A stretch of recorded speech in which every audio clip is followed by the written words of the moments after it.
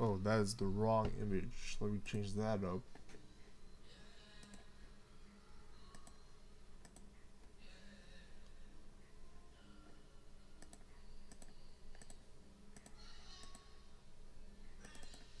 That's more like it.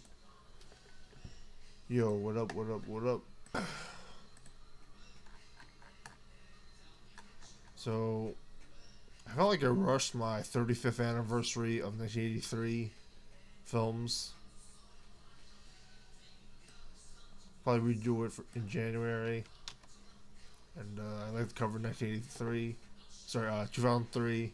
It's like, I don't like the number 20th anniversary. I like 25th. I like 15th. I don't like 20th. So I have to do 2003 this year. I got all my. This was actually a very easy list to do based on what I remember. Let me just complete some stuff.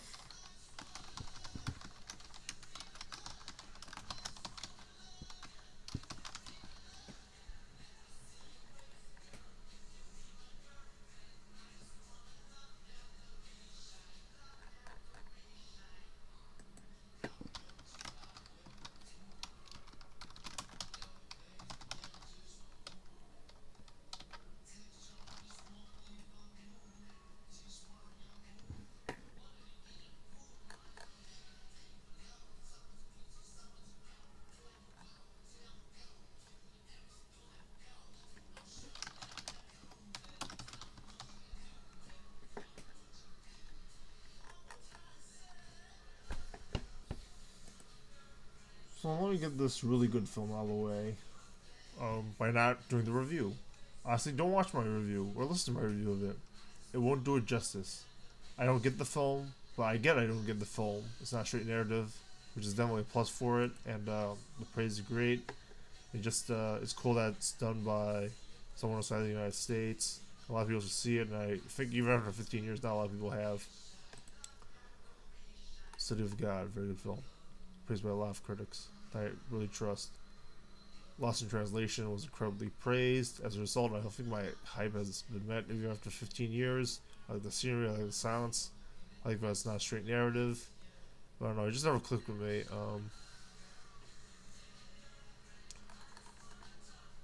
Pirates of the Caribbean, a movie made straight out of a theme park.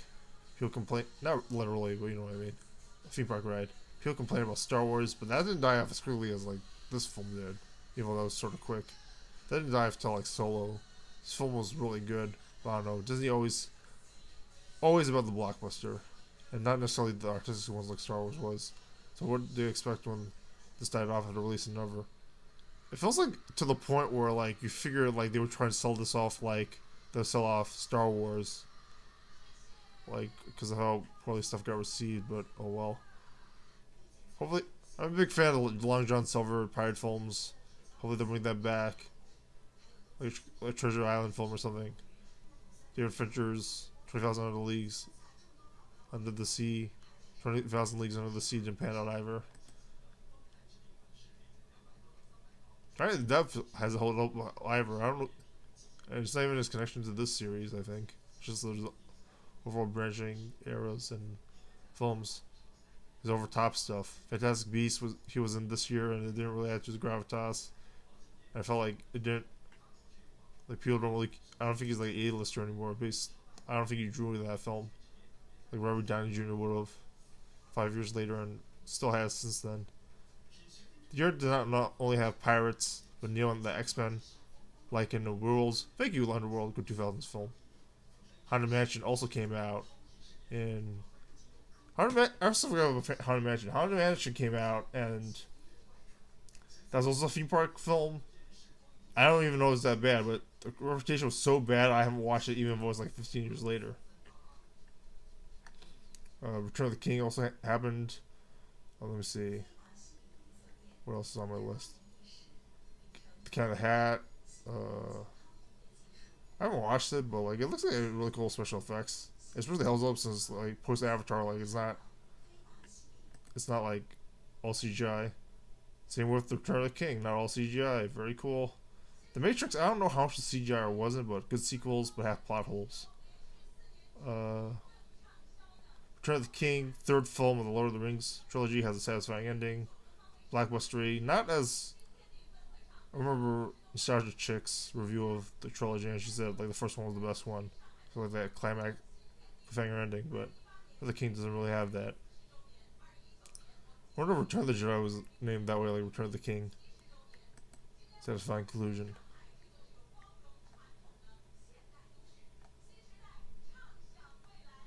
X2, religious, probably the most religious X-Men film. I didn't really like it at first because like Xavier and Magneto had been already teamed up in like the cartoons.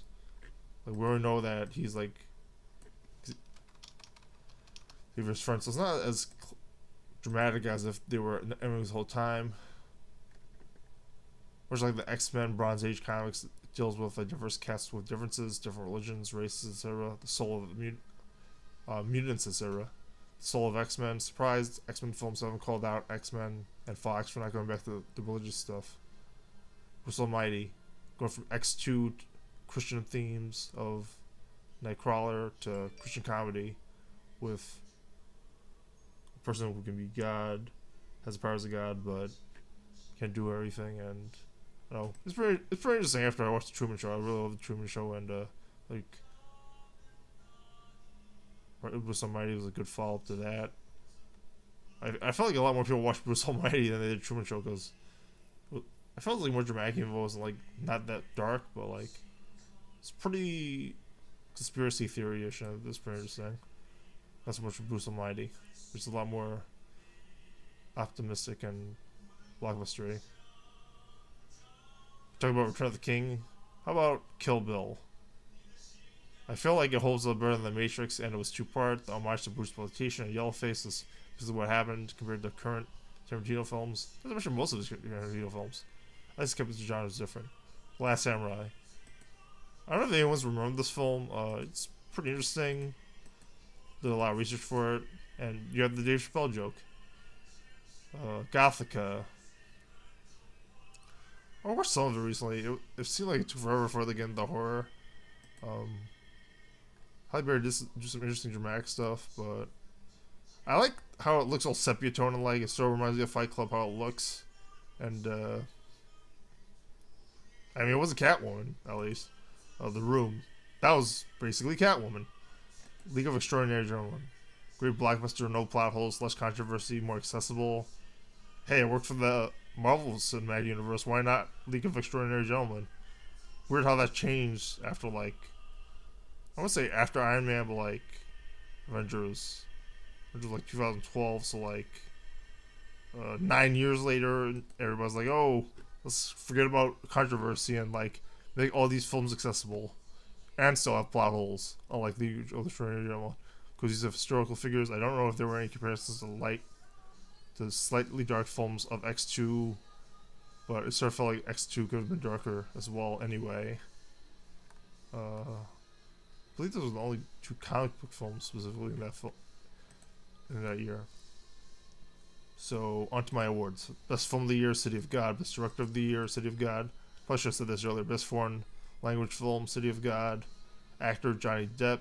Actress, Scarlett Johansson, Keira Knightley, or Halle Berry. Probably everyone's going to give the Scarlett Johansson because of Lost in Translation. Worst film, The Room. Hope you guys enjoyed.